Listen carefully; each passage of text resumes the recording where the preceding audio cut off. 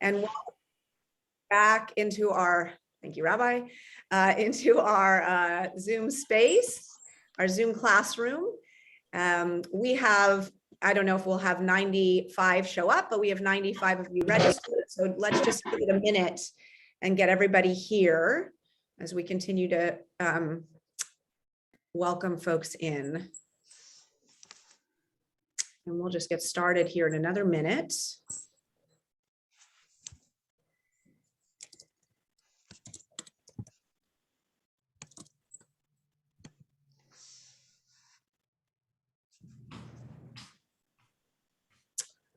All right. Rabbi, I'm just going to go ahead and kick us off, if that's okay. And you can continue to admit people as we go. So welcome, everybody. We're so glad that you're here. And this is a rescheduled session. So we know you were committed and dedicated to meeting with and learning from our scholar today, Rabbi Shai Held. We are so excited to welcome you to Nashville virtually and to join us, West End Synagogue and Congregation Micah. Let me tell you all a little bit about Rabbi Held if you don't know him already. And you should, because if you're not on the Hadar email list, you're going to want to get on that. Hadar, H-A-D-A-R, is an amazing organization out of New York, Manhattan, that provides all sorts of amazing Jewish resources, learning opportunities. There's so many things that Hadar offers for the Jewish community. And Rabbi Held is a theologian, a scholar, and educator, president and dean at Hadar. He has taught both theology and halakha at the Jewish Theological Seminary and served as director of education at the Harvard Hillel.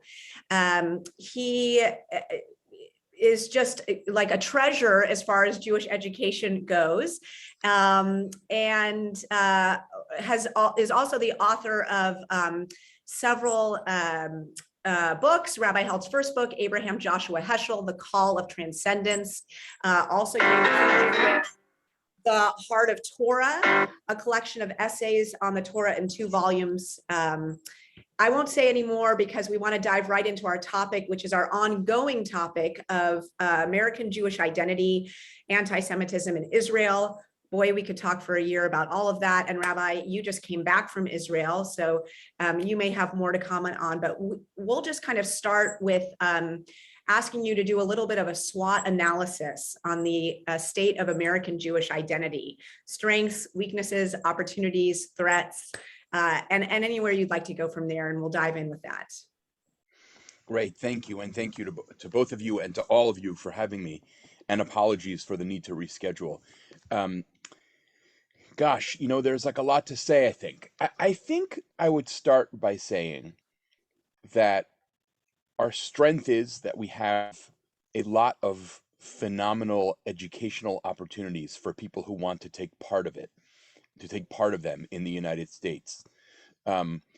We have an opportunity to shape a Judaism that is a Judaism that we have actively chosen, that is not enforced by anti-Semites, that is not merely ethnic, but that is about values and purpose. All of that is a real opportunity. I should say that one of my anxieties about the rise of anti-Semitism, besides for, of course, the rise of anti-Semitism in contemporary America, is that it may lead us, or at least some of our community, to revert to a way of being Jewish that I think we had done a good job of starting to overcome. That is to say, a Judaism that is dependent on, in a way, that's not the right way to put it. That may even be an offensive way to put it. It's not what I mean. But a Judaism that is responsive in its essence to anti-Semitism. You hate us, so we're going to be more serious about Judaism. And I think that that's dangerous ground. I think there was something actually quite damaging about that for American Jews. It was a Judaism that was seen not as a matter of choice, but as a matter of reaction. And I worry that we might return to some of that, and I think that would be a real mistake, as opposed to a Judaism that is rooted in purpose and values and our own sense of what we want to do and achieve and be. I just got muted. Did people hear that? Okay, great. Okay. So, so that's one piece. I think that there's an interesting challenge that American Jews face, and my perspective from being in New York is, I think, both a strength and a weakness, in that New York is a scene of particular Jewish vitality in America, and in certain ways it is not representative. But I think one of the challenges we face is that we have reaped the consequences of having lived so long in a Protestant society, by which I mean, I think our sense of Judaism as a family, as a genuine collective, has grown more and more attenuated. And my sense is that the younger you go, the more true that is. Um, that is, for you hear the implicit Protestantization of religion in America when you hear people talk about things like faith tradition. What faith are you part of? What's your faith? And it's not that Judaism is not a faith, of course it is, but it is also so much more than that. And I worry that for a lot of young American Jews, including some fairly observant ones, the notion of Am Yisrael, the notion of Kol Yisrael Arevim Ze Bazeh, that all of Israel are responsible for one another, are entwined with one another, I worry that that has grown more and more attenuated. I'm 50, I've been teaching for almost 30 years, and I see it, that progress in that, or regress, if you will, in that way with every passing 10 years of students that I teach. So that's something that I find, um, honestly, particularly concerning. Um, I think we'll also see, I'll end with this. I think we'll also see some interesting developments in the next 15 to 20 years where some of the legacy Jewish organizations, I think, will struggle more and more um, to maintain support, and educational organizations will come to take their place. Organizations that are committed to Jewish religious education, Jewish cultural education, Jewish literature. Um, at least I expect that to be the case. And I think that that's an interesting kind of development in the community. I think there's also stuff we could say about the Jewish community in Israel, but maybe I'll leave that for later, for when we get there. Hope that's at Rabbi, least the beginning. Rabbi Kolek, do you mind if I follow up with that? Please. Rabbi Held, so, and I know you did share a little bit of some of the opportunity at the beginning when you talked about how you'd like for us to vision the Jewish community and how, you're hopeful it may go, but there were certainly more weaknesses and or threats in your opening remarks, which of course are easier to sort of point out than perhaps the opportunity, since we don't know which of those will be successful or come to fruition. And I think we all would agree, sort of looking at the generation that's coming up, or the younger generation, and you and I are the same age, that there is less of it's not as strong. This idea of Jewish family and the Jewish collective is not as strong. And it's interesting because if the question that folks from other traditions are asking is, what is your faith? If our young people are asking that too, then they're missing such a big piece of what it means to be Jewish if they're just distilling it down to faith. So I hear that, and I wonder if, I know from our perspective as rabbis, there are far fewer individuals seeking the rabbinic profession than once were. And I wonder if you feel that the role of the synagogue and or even Jewish professionals in that regard is going to be different going forward as well. Yeah, I think that, okay, so I think that that's an interesting question, or really a series of interesting questions. And let me, if I could, back into an answer to your question, Rabbi Rice, and say that, first of all, I think another opportunity that we have is that there is, I think, a lot of religious creativity and ferment in the community. I think there's a lot of interesting stuff going on, or new organizations that are being founded, new kind of educational opportunities that are being launched. The weakness that attends to that strength, I find, is that we're a fairly uneducated and illiterate Jewishly community as a whole, and so there's often a sort of thinness to our creativity. One of the things that I'm often struck by when I'm in Israel is just what a head start Israelis have, because they speak the language of the Torah, right? It's so different to speak to a group of Israeli beginners than to speak to, about Torah, a group of American beginners. And that's just the reality. That's not a reason to flagellate ourselves. It's just a reality that I think we have to wrestle with. But I do think there's a lot of ferment. And I will say, related to that, my perspective is clearly skewed by who comes out to engage when I travel around this country and teach, which until COVID I was doing for several years in a very ongoing way. But I have found the spiritual hunger in the community to be immense. Um, I remember hearing older colleagues, older than I, colleagues talk 15 years ago about how, yeah, there's a kind of laxity, a lack of interest, a lack of excitement on the part of the community. That is not my experience at all.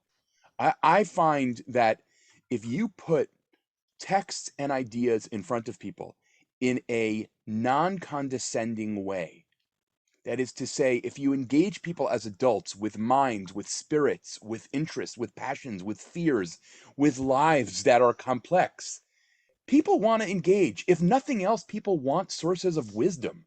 And if Mhm. nothing else, religious traditions are that. I think they're obviously intended to be more than that. So I did want to add that. I didn't mean to present the picture that was particularly negative. I think there's a lot to say there.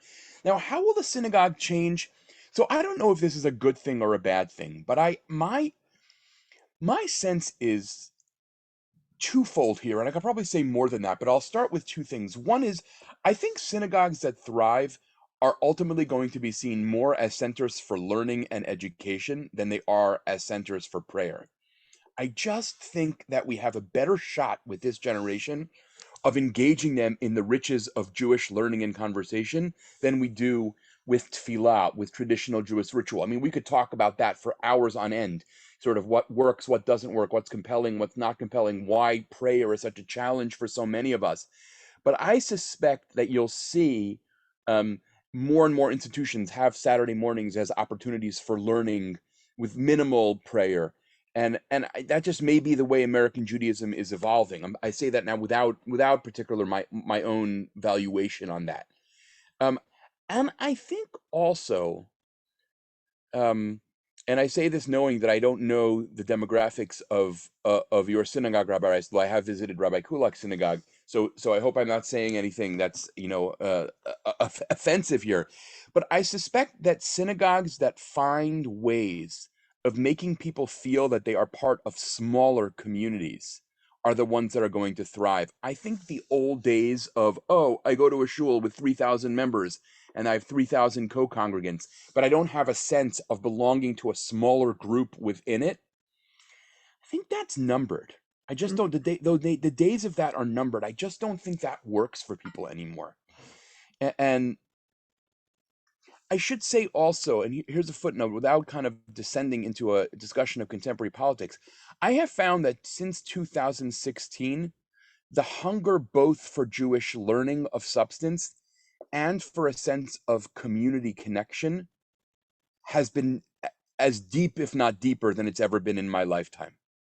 And we could analyze why, or we could leave that unspoken. But I think that there is definitely something in the air now. How COVID will have affected that is the elephant in the room that none of us know how to explain. I think, to be honest, and with this I'll stop. I hope this is not too rambling of an answer, but I think one of the things that COVID has done is drop a question mark on all non-Orthodox synagogues. That is to say, well, the people who got used to not coming to synagogue, many of whom came to synagogue not because they felt they had a chiyuv, an obligation, but because they found it meaningful or compelling or whatever language we want to use, will those people be coming back? Or to ask the question differently, how are those people to be drawn back? And I think that's a really big question. Many Reform and conservative rabbis that I know are spending a lot of time being anxious about that question. And I think it's a really interesting moment to think about.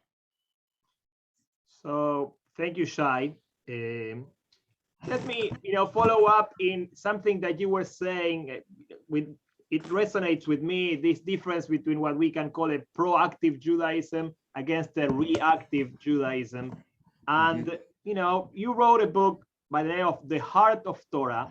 So this proactive Judaism that you talk about, what would be the heart of that Torah that you think should be compelling and meaningful, and if we are successful or lucky enough, may bring people in, may bring people back? What, according to your vision and your understanding, is the root of that Torah? Yeah, I think that's a really interesting question, actually, because and this may be a parody of myself, but I'm tempted to give an answer and then critique my own answer. Um, so I think that for the rabbis of the Talmud, the highest form of human life, the highest form of let me say this, the highest form of human life is about the cultivation of compassion and learning to be present with people in moments of their vulnerability, what the tradition calls the halachta bidrachav, and you should walk in God's ways. I would like to see a world in which every person who walks past a synagogue, a day school, a Hebrew school, a Hillel house, whatever it might be, thinks, oh, that's a Jewish institution. They must excel at love and kindness. I think that is in many ways the heart of Torah. And in some ways, we're very good at it, and in some ways, we're very bad at it. What we're not good at is telling each other and our children unequivocally that that's what we value most. I think we're not great at that. We've been sort of lured in by the culture of success, where sort of how successful by kind of American economic standards you are becomes more of what we talk about than how loving you are, how kind you are. Do our kids know that we value their kindness more than where they make partner? That's like a really fundamental question, I think, that is really important for taking Torah seriously. The reason I hesitated between saying the rabbinic vision of an ideal human life and the rabbinic vision of an ideal Jewish life is I think the rabbinic vision of an ideal Jewish life includes what we're talking about here, v'halachta bidrachav, or what we more commonly call a life of chesed, a life of loving kindness, is a life of engaging with Torah. And I think, although here I'm a little more skeptical, I think that one of the things that we need to do is essentially to raise up a generation of Jews who know that there is no human question that Torah writ large does not answer and offer us very powerful language for thinking about. Now, I often say that sometimes Torah's contribution to us is not giving us easy answers, it's giving us better language for our questions. And I think to the extent that people are trying to make meaning in the modern world, trying to find their way in an America that seems to be unraveling from polarization, in a world in which, we're now faced with watching just a brutal, almost semi-genocidal war taking over Europe. I think that finding ways to help people orient themselves in the world through the rich and robust language of the Jewish tradition, through the privilege of joining a conversation that has been going on for 3,000 years. I think there's enormous power there. I don't know that we've done that all that well. Here's my critique or my challenge. Is it is easy to take what I've just said and think that that's the entirety of Judaism. And what I want to say is this: a Judaism without love at its center is not a Judaism at all. But a Judaism with only love at its center runs the risk of liquidating itself. That is to say, we also need to mark time as Jews. We need to find ways to eat as Jews. Now, notice I'm saying that in a somewhat intentionally open-ended way. I'm not saying that every American Jew is going to keep Shabbat 25 hours long in a halachic way, or is going to keep kashrut in a detailed way based on rabbinic law, but some way of marking time and marking eating, two of the most basic things we do as human beings. Without that, our Jewishness will not be Jewish. Another way of saying that, another way of maybe saying that I think might be helpful is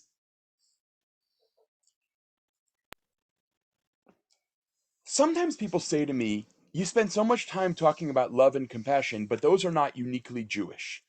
And my answer to that is, I'm really glad that that's true because there is so much suffering in the world and so few Jews.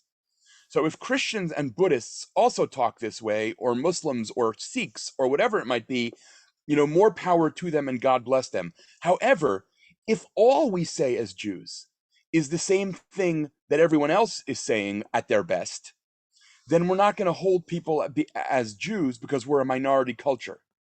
Now, I'm trying to say something nuanced here. I don't think that we should engage with Shabbat and holidays and with eating as Jews just so that we survive. I think we should do that because we have the privilege of being inheritors of a covenant that is 3,000 years old. But I also think that no Judaism can survive without the trappings of a particularity, of particularism, by which I mean, right, marking time in a Jewish way, marking the way we eat in a Jewish way, etc., etc. I hope that that's clear. And by the way, I'll add, I think something I've had this conversation with many Reform rabbis in particular. If we want American Jews to value things like tikkun olam, like repairing the world, then we have to do better than just using terms like tikkun olam. That's the paradox, right? We have to find ways of teaching them to speak the language of Judaism about this. That when you visit the sick, Jews don't traditionally call that tikkun olam; they call it bikur cholim, visiting the sick.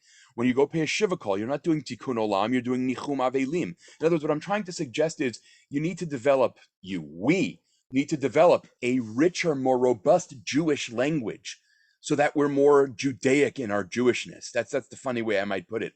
We need to be more Judaic and not just more Jewish if Judaism in America and Jewishness in America are to survive and flourish. We are, after all, not a majority culture. That too is one of the things I think that in the whole American Jews, Israel Jews conversation, one of the things I see us rarely talk about anymore that strikes me as so fundamental, and it's one of the ways we don't understand each other for the most part, is that in Israel, Judaism is a majority culture, and in America, despite our outsized influence, we're a tiny minority. And it's just a totally different way of thinking. Like American Jews don't wake up in the morning wondering, I'm sorry, Israeli Jews don't wake up in the morning wondering whether their grandchildren are going to be Jewish. I mean, some do, but most don't. And American Jews is just a very different conversation. That's actually one of the conversations I would love to see American and Israeli Jews have together, because I think we have much to learn from each other. I think majority culture people have a lot to learn from minority culture people, and vice versa. And it brings us back in a funny way to what you said earlier, Joshua. The proactive Judaism is something that I think Israelis can learn from American Jews. Not to rely on de facto being the majority. Oh, what do you mean am I Jewish? I say my street names in Hebrew. No, okay, but what's the depth of that? Sorry, I know I just said a lot. So You not only said a lot, it was outstanding. And I know we probably all have a lot of questions from what you've shared. And I'm going to go first because I have point of privilege, given that we're only 24 minutes into the session. We'll have time for Q&A from others as well. But great. Please. Okay, so, and I brought this up before in our series on this topic of American Jewish identity, but I think one of the things you point to, and I know my colleague Rabbi Kolek would agree that yes, the particularity of Judaism is what we're in the business of trying to expose, enrich, educate, make very attractive and compelling, because it's what binds us as a collective and as a community, no doubt. But I think that while to be a minority culture and to highlight one's particularity, depending on what that is, whether you're part of the LGBTQ community or there are so many other, and now I'm going to say kind of woke minority labels, but the Jewish one, because of the Israel piece, for a lot of the younger members of the Jewish community in America today, is not only sometimes one that's not attractive to them, but not attractive to others who are not part of the Jewish community, and they want to be welcomed in those circles. Does that make sense what I just said, Rabbi? So I think your point of like, it can't just be tikkun olam. It has to be bikur cholim or whatever it might be, even distinguishing tzedakah from charity. But to highlight, I am coming to this space with my particularity as a Jew may not necessarily be welcome depending on what the space is. And I think a lot of the younger generation are sort of pushing against that or navigating that, and it's difficult. Yeah, it's interesting. I have to be honest and say, let me just be clear. I'm asking a question, not finding a coy way of making a statement. Yeah. I find myself wondering sometimes how much what you've just described is accurate outside of college campuses. Mm. In other words, I just don't know. I mean, I think college is a particularly crazy time. And I would say, and here I run the risk of alienating some people by being totally honest about my own sense here. One of the things that I have found sometimes working with Gen Z can be quite complicated. And one of the things that I find myself thinking about a lot as a way of trying to understand where those folks are coming from is, first of all, many of those kids grew up where the only president that they really remember as semi-adults or adults is Donald Trump, who broke every norm possible. And their sense of economic possibility was shaped by 2008, and they don't have the sense that I have when I was growing up of anyone, this narrative that especially white Americans internalized, anyone who wants to make it can make it. I don't think your average 20-year-old believes that. And I'm not sure they have reason to believe that necessarily in this moment in the American economy. So what I'm trying to say is I think college is a particularly crazy time. And I think we who are older than many of the people in Gen Z have to develop more compassionate eyes for understanding how differently they experience the world than perhaps some of us did when we were younger. That has been important learning for me to sort of hear where they're coming from. Similarly, right, when it comes to Israel, and here, if you think I'm making some kind of dramatic political statement about Israel, then you're mishearing me because I'm really not. Um, you know, people 15 years younger than me have no sense of like the 6-Day War or the 1973 war, and Israel is fundamentally vulnerable. That is not how they grew up. And it is not the living sense that they have. What they know is, yeah, Israel won a war, maybe a defensive war 50 some years ago, and has been an occupying power ever since. And that's how Israel is presented to them, right? So what I suspect, and Lori, I could be totally wrong about this, but what I suspect happens in some of those what you called woke spaces is that, first of all, there's this sort of anti-Semitic piece where, oh, you're not welcome to be who you are, but you're also insecure in who you are, which makes you more vulnerable to the quiet anti-Semitism. Yeah. Right. So in other words, it's because here's what I would say about this. At least this is my sense, and I am not the president of the Anti-Defamation League, and I'm open to being corrected on this. I think that the anti-Semitism that is presently arise on the right is far more actively violent than the anti-Semitism on the left. The anti-Semitism on the left is primarily kind of the sort of almost trendy, fanatical anti-Israel stuff, which I'm not minimizing. Please don't misunderstand me. I'm not minimizing it at all. But you don't have the sense that a lot of those folks are like out hunting Jews. And yet the white supremacist rise in this country over the last 6, 7, 8 years is quite terrifying. Mhm. The kind of violence that people face from this kind of toxic combination of white nationalism and white supremacy and Christian nationalism. I don't know. I actually feel personally, as someone who's in charge of a Jewish institution and who spends a lot of my time working with rabbis, very few rabbis are afraid that a bunch of anti-Israel woke college students are going to attack their synagogue.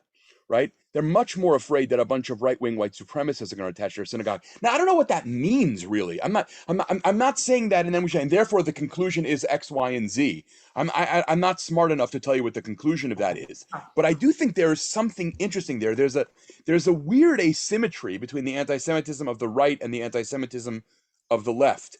By which, again, I don't mean to minimize the anti-Semitism of the left, not in the least bit. I just think they're different. I don't know. Did I totally botch that question, Lori? No, Because I think that was excellent. And, go back to your point of a more educated Judaism. It is not something new that we haven't heard. And, I can tell you that in the Reform Rabbinic Circle, we talk about that as far as recruitment for our seminary for Hebrew Union College, that we don't need to just be going to the Jewish summer camps. We need to be going to the Harvard and the Hillel and the Yale Hillel and the MIT Hillel and we need to be pulling from the intellectual sort of, not to say that there's not people everywhere, but we really need to be sort of appealing to another level. I want to pass it over to my colleague, but because I see my other colleague, Leslie Kirby, on the call, I want to remind everyone and thank the Jewish Federation for supporting this session and this series. I was remiss in not mentioning that early on. So thank you to the Federation for that. Rabbi Kalik? May I add one sentence before Rabbi Kalik asks another question, just based on what you just said? And because I realized that you mentioned it earlier and I didn't respond to it.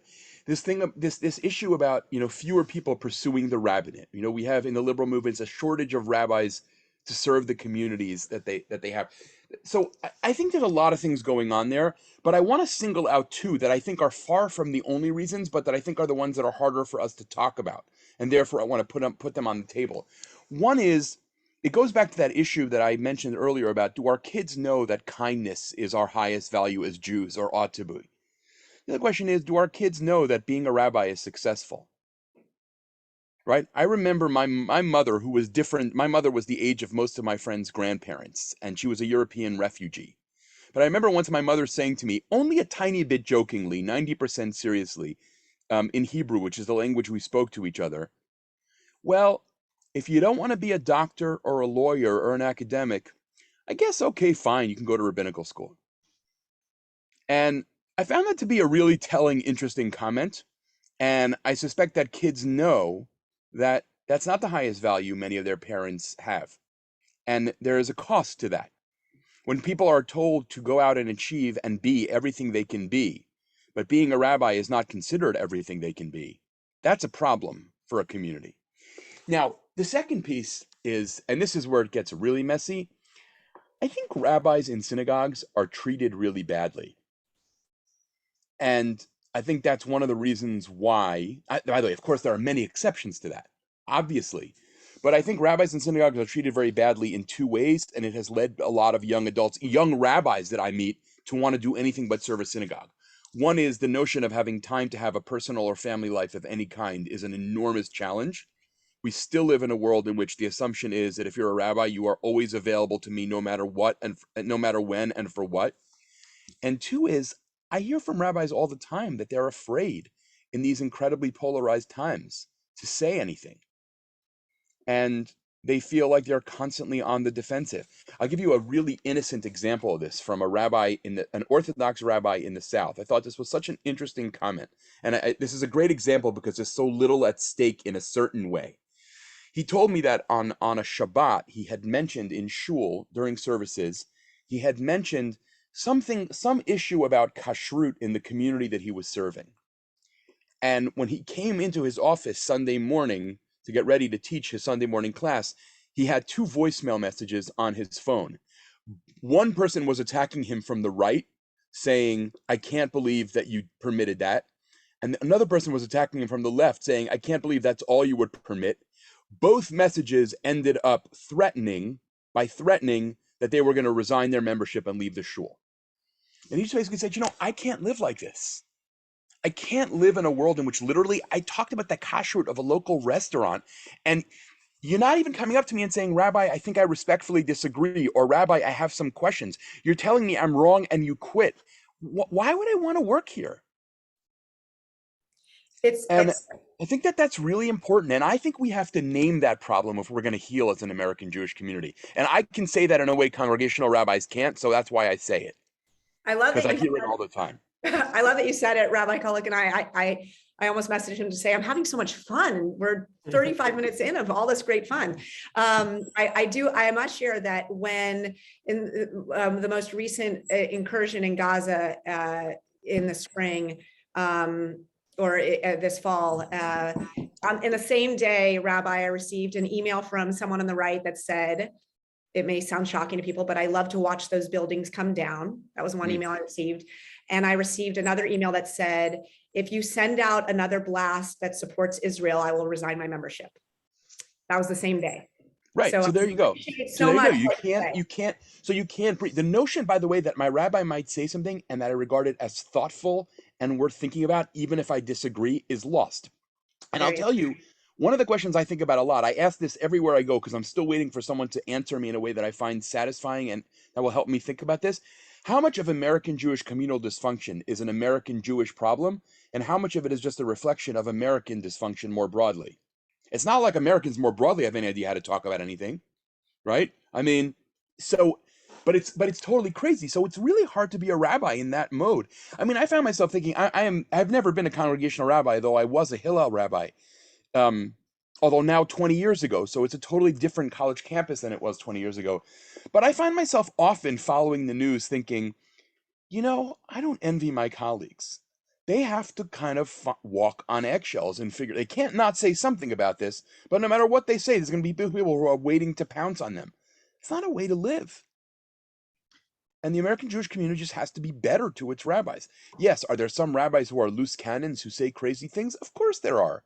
But that's not who most rabbis are. So, Go ahead, Rabbi Kulak. I'm sorry. no, there's so much to unpack, and so many questions. One is related to, is there any way to help, or if is there anything in that Torah that we were talking about before to kind of help healing the rift that we see in the American Jewish universe that is a reflection on the American world, and even Micha Goodman will claim that it's a reflection of how technology is messing up with all of us, so that what you see here, you see in Israel, you see in Argentina, you see everywhere, because the medium is making things complicated. I actually wanted to, and maybe it's somehow connected anyway, when we were talking about college students, I heard you once speaking that Jewish organizations should develop a birthright Judaism type of thing instead of birthright Israel, birthright Judaism. The kids should pick an organization of their choosing, and they should be exposed to that Torah. So I want to, because when you go to birthright Israel, you know that you are going to Jerusalem, Tel Aviv, eating with Bedouins, and snorkeling at the Eilat. What would be your choosing, not in general, because speaking about it's not all of Israel. What would be your take?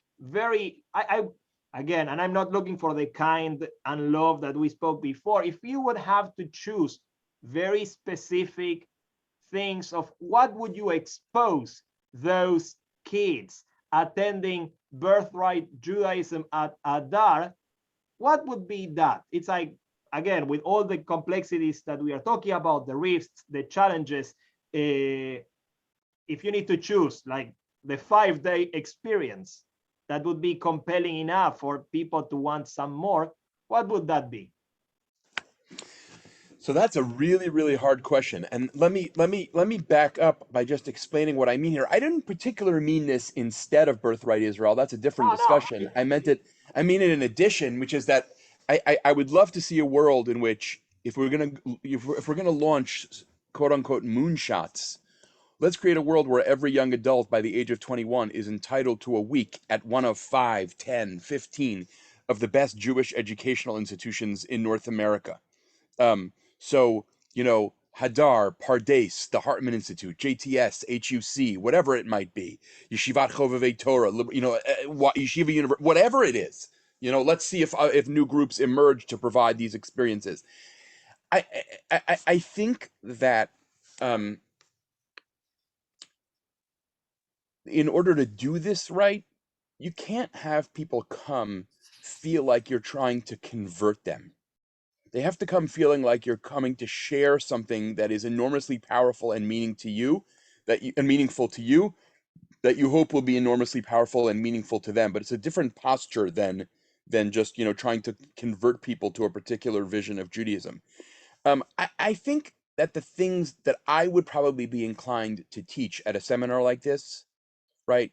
Day one would be something like Shabbat and marking time, and the idea of Shabbat as a radically countercultural move in an age like ours, in an age when everything happens so fast and everything is online and everything is at a massive velocity.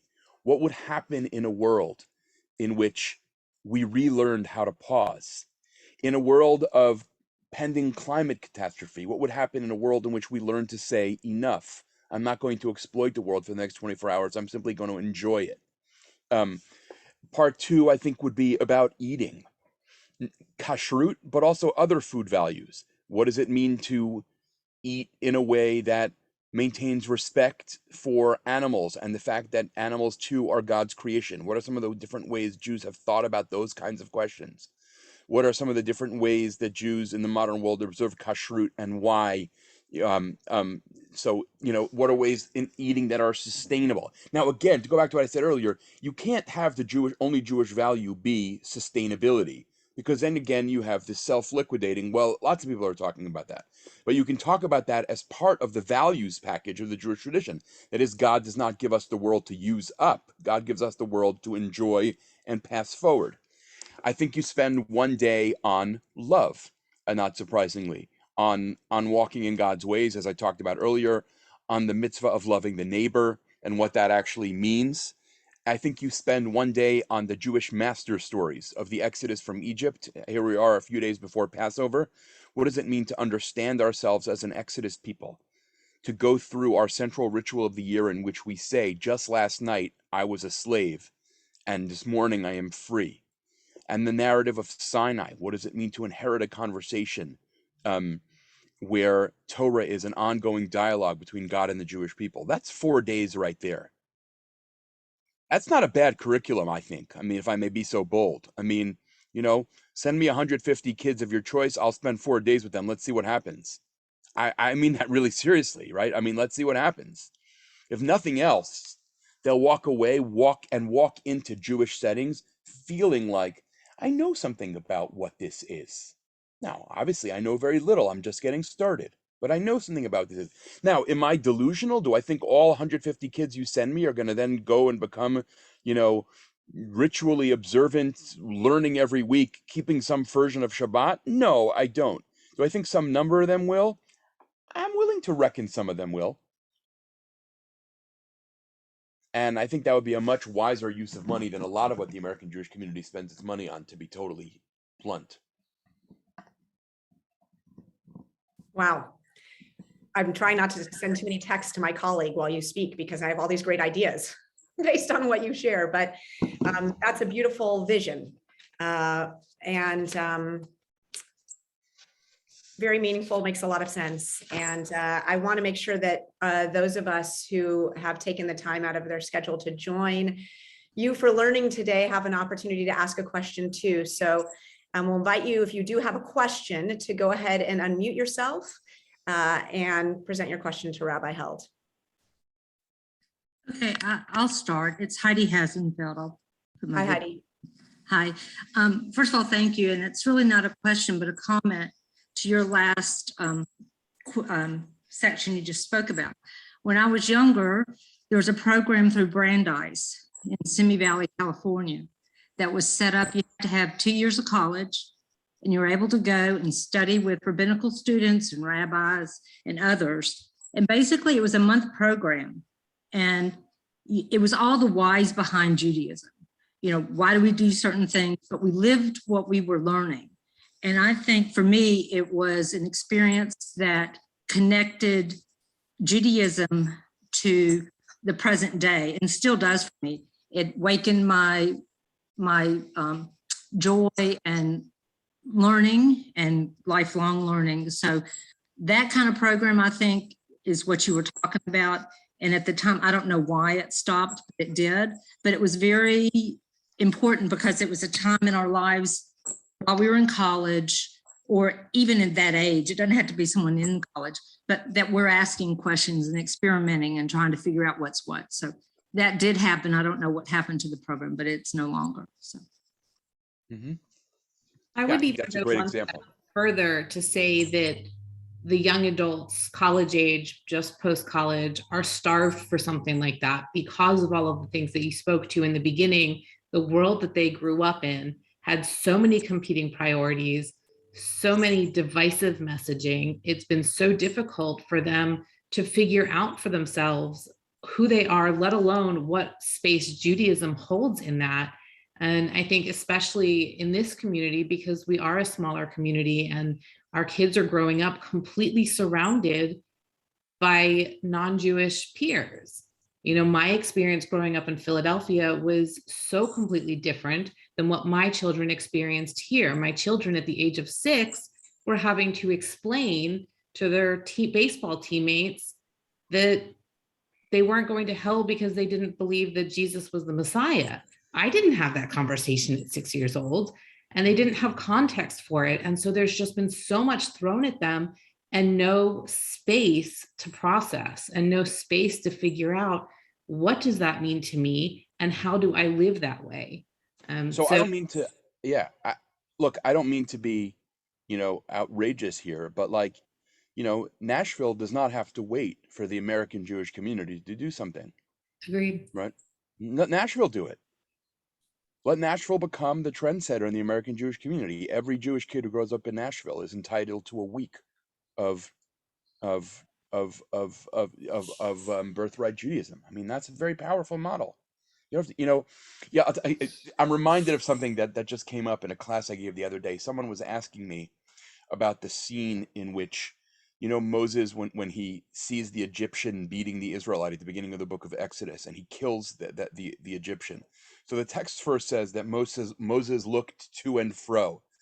And for many Jewish commentators, that was very disturbing because it suggests that he kills him in an act of premeditation. You're going to see where I'm going in a second. This actually is relevant, in an act of premeditation. But some Jewish commentators read that very differently and say Moses wasn't looking to and fro to see if he could get away with it.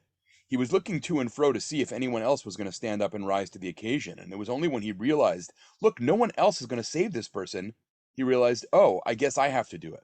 So a little bit, I say that to other American Jewish communities. You don't have to wait for the national Jewish leadership to try something, right? Mhm. You just have to find a few people with significant pockets and a community leadership that's willing to take a risk and see what happens.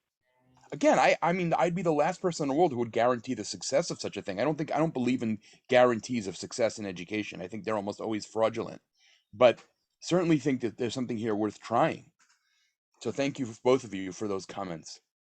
I just wanted to say that I think the idea is absolutely awesome, but one of the Wait, places. who's talking? It's hard for me I'm to see. sorry, my name's Karen Saxton. Oh, thank you. Um, Oh, I see. You just lit up. Okay. I think the idea is fantastic. And I think one of the places that the Jewish community or the American Jewish non-Orthodox community is failing is the way that we're educating our kids from day one, in a Talmud Torah setting, towards the bar mitzvah. And I understand that there's a limited amount of time. You have 2 hours, 4 hours a week, whatever it is. That they're learning about Hanukkah, they're learning about Passover, they're spending an inordinate amount of time, learning their Torah and Haftorah portions, but they're not learning anything about the essential values of being a Jew. And me, I certainly didn't know any of those things until I started studying as an adult. So maybe the answer is to be incorporating those things at an age appropriate level, throughout from day one, from when they start in third grade. Well, that I think is 100% true. Preparing kids in an ongoing way for a ritual they don't understand can't be the whole answer. Now, I'm not saying abandon the bar mitzvah. Obviously, that's not my point. But you have to fundamentally reimagine its place and the what's the word I'm looking for? The sort of life orienting event that it can be begins in third grade. It reminds me of this funny line that I came upon when I was working on my most recent book. It's actually very beautiful. This East European rabbi is asked something like, oh, I'm going to get this wrong, so forgive me for butchering this, but he's asked something like, when do you start doing the work of raising your children? And without skipping a beat, he says 20 years before the first one is born. Like, so powerful, right? I think that's true about psychologically dealing with our demons and the things that keep us from being who we could be. I think it means spiritually developing ourselves. I think it means Jewishly feeling like we're inside the tradition. I mean, I always tell people, I remember being asked once at a synagogue in Minnesota, someone asked me, my kids don't value Hebrew school. What can I do to fix that? And I said, look, I don't know. If I knew the answer to that, I would be, this, prophetic figure in the American Jewish community. But I will tell you one thing I think is true. Have your kids see you read a Jewish book for 30 minutes every night. Read it in front of them. I guarantee you they'll care about Hebrew school at least a little bit more. I mean, then we can talk about whether Hebrew school teaches the right things, and all of that is legitimate, as Karen, you just said. But, kids know when they're being asked to care about something that the grown-ups around them don't care about themselves. And they smell fraud from a mile away. And I don't mean to suggest that every parent is doing something fraudulent. I don't mean that at all. But I think they smell ambivalence. They smell insincerity. Kids, you know this if you've raised kids. Kids know everything. They know lots of things they don't know they know. which is why they often end up needing to go to therapy in their like, really, because like they sense stuff that they don't know how to verbalize. They know if they're being asked to care about. If you drop your kids off at Hebrew school every Sunday while you go play tennis, on some level they're going to know that you're valuing tennis, and tennis is fine. But do they also see you growing as a Jew? And if they don't, why are you asking them to grow as a Jew? I mean, Rabbi, That's I'm going really to jump in basic. because I think it's really important what you've shared. Richard, I'm going to come to you. I see your hand raised. Thank you so much. But I look at Sarah, who just shared on our Zoom, and I see Jay, who's a Micah a congregant. I see Leslie here as well, and there's many others of you. But, you know, your kids were not dropped off. Right, you all showed up at the holidays and for Shabbat services, and yes, for religious school and for tutoring with your rabbis as well. And your kids saw that.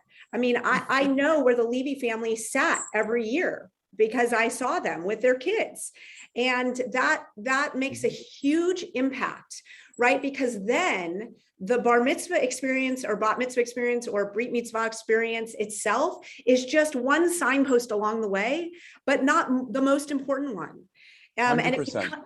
and so if, and we see it, I know Rabbi Kulik sees it too, if in fact, as Rabbi Held has just suggested, all the emphasis is put on the 52 hours a year if you bring your kids every week that there's a religious school, or you know, just that 9 month of tutoring period, if that's all that you're exposing your kids to, then you can expect very little, and you can expect to have that question, that you know, scalp scratching question of why don't my kids care more? Why are they not more connected? So, you know, it is a holistic process, and it's a shared enterprise between community and family. And truth be told, that while our family values a Jewish day school education experience and sent our kids to Akiva, we selfishly did it also because we knew we couldn't handle it all ourselves. We needed the support of the day school experience to help give our kids that Jewish identity, because we were concerned, even as a 2-rabbi family, that we couldn't just do it all on our own. So there's so many resources in the Jewish community that you can lean on, but we can't do it without you. And you, I hope, don't feel like you can do it without us. Okay, Richard, you have your hand raised, please.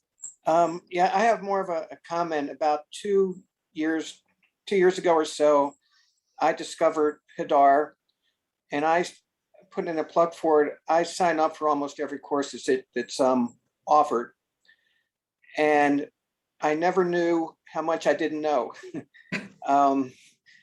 Thank you. And there's such a wide range of topics. Every one I learned something different, and up until that time, I guess a positive result of COVID is on a day like today, up until 2-3 years ago, I would have spent this morning watching the stock market and this afternoon watching the opening of baseball season.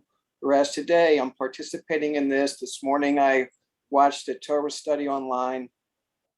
And I think whatever we can do to expose people to opportunities of any age, you know, whether it can only benefit people. And I mean, with me, it's really changed my life from doing what I just talked about to getting involved in the Jewish community, volunteering, participating in things. And, you know, I'm disappointed when a day goes by when there's not something I can do online or in person regarding Judaism. And it's complete opposite of the way I lived my life before now. Thank you. Thank you for saying that. I really appreciate Judy, it. I see your hand raised. I'm just about sort of our smaller community. We are divided into denominational groups. So we have the Orthodox synagogue, we've got the conservative and two Reform and one Chabad. To me, that's a big divide in this community, because it's which synagogue do you belong to, and your kids belong to one and the other kids don't. There's something to me lacking in the sense of community in a community this size, where somehow maybe after bar and bat mitzvah, the whole community should bring their kids together from all the denominations and create a community for them, because we are such a small community. I don't see that. Maybe I'm missing something, but I don't see that happening. And I think it's really kind of, to me, essential to do that, to make them feel that they are part of a whole community rather than a particular denomination or stream of Judaism. And I also see beyond that, there are groups now forming of young professionals in Nashville, Jewish professionals, who have created their own small Havara or Shabbat group or whatever. And they, to me, are seeking that kind of community. Mhm. So I'm not sure how that, translates to anything, but. Well, one thing I'll just share, because I think it's maybe something useful for the way in which you describe that. When we started Hadar as an institution, the educational institution of Hadar, we made this active choice that our full-time programs were going to be guided by or animated by a particular interpretation of the Jewish tradition, of a certain kind of observant egalitarian culture. And we decided at the same time, we don't want to carve out a thin ideological slice of the Jewish community and live there. We aspire to be an institution that belongs to the entirety of the Jewish people. And so all the continuing education that we do, whether for rabbis, whether for day school teachers, whether for Hillel professionals, whether for lay people, all of that draws people from the broad array of the Jewish community. And I say that because I think it has been a helpful model of how you can do certain things that are divided denominationally, because you have certain beliefs or certain interpretations of the tradition that differ from one another, and at the same time you can see yourself as part of a whole. You can respect people who understand tradition differently than you do. I don't think that has always come easy to people in the American Jewish scene, but I think it is some version of that is clearly necessary, especially in smaller. I shouldn't say especially in smaller. Also in smaller, I think it is easier to get that started often in smaller communities than in large ones. It's almost the reason why in certain college campuses, when there's enough Orthodox kids, enough conservative kids, enough Reform kids, they don't end up talking to each other very much. But if there's few enough, then they feel they need each other, and they actually have a different kind of experience of community that ironically some of the kids in the bigger schools don't. So I think you're on to something that's important here.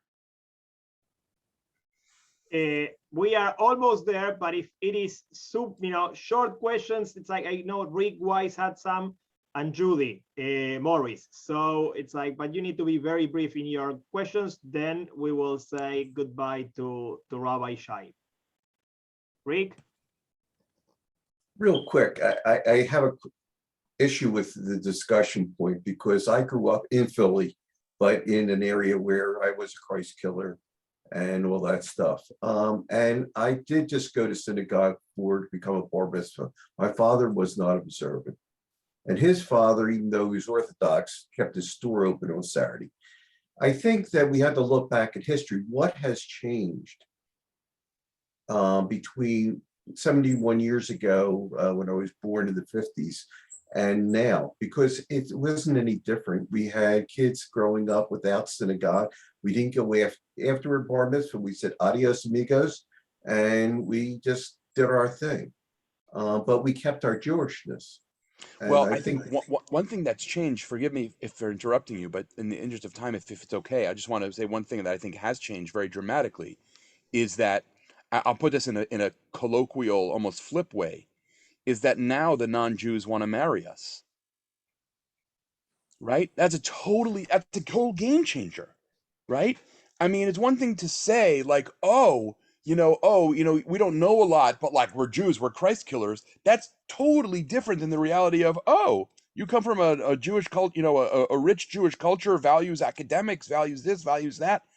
And that's the difference. The difference is we run the risk of being swallowed whole. That's what's changed in those 71 years, I suspect. And I'm sorry I interrupted you. I just wanted to make sure before we ran out of time, got the time to respond to that. Okay, Judy, last one, and then we close. Yeah, I think a lot of this is a matter of balance, that from what I've seen, that more often things that are done on a congregational or denominational level, that those are a lot of times the things that create emotional attachment, which helps to mean that the person is going to carry on Jewishly.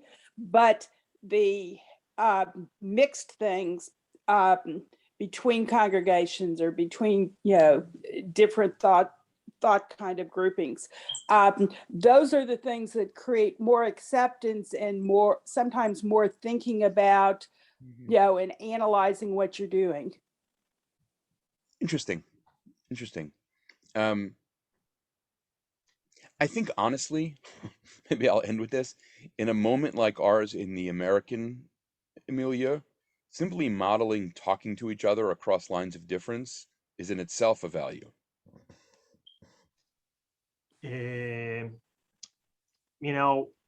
Thank you, Rabshai. It's, we unpacked plenty. There's plenty more to unpack.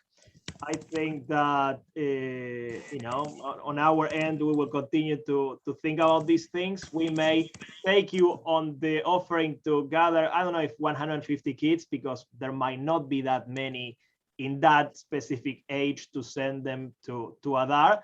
But you may end up hearing from us and see if we can work on something. But we want to thank you and to thank everybody here who came to Federation for allowing us to create this type of programs. And we are committed to continue with these programs, with these conversations, and with the opportunity to learning from, smart Jews out there. So thank you very much. Thank you so much. And we will see you all soon. Okay? Shabbat shalom, everyone. Shabbat shalom, everybody. Take care, you all.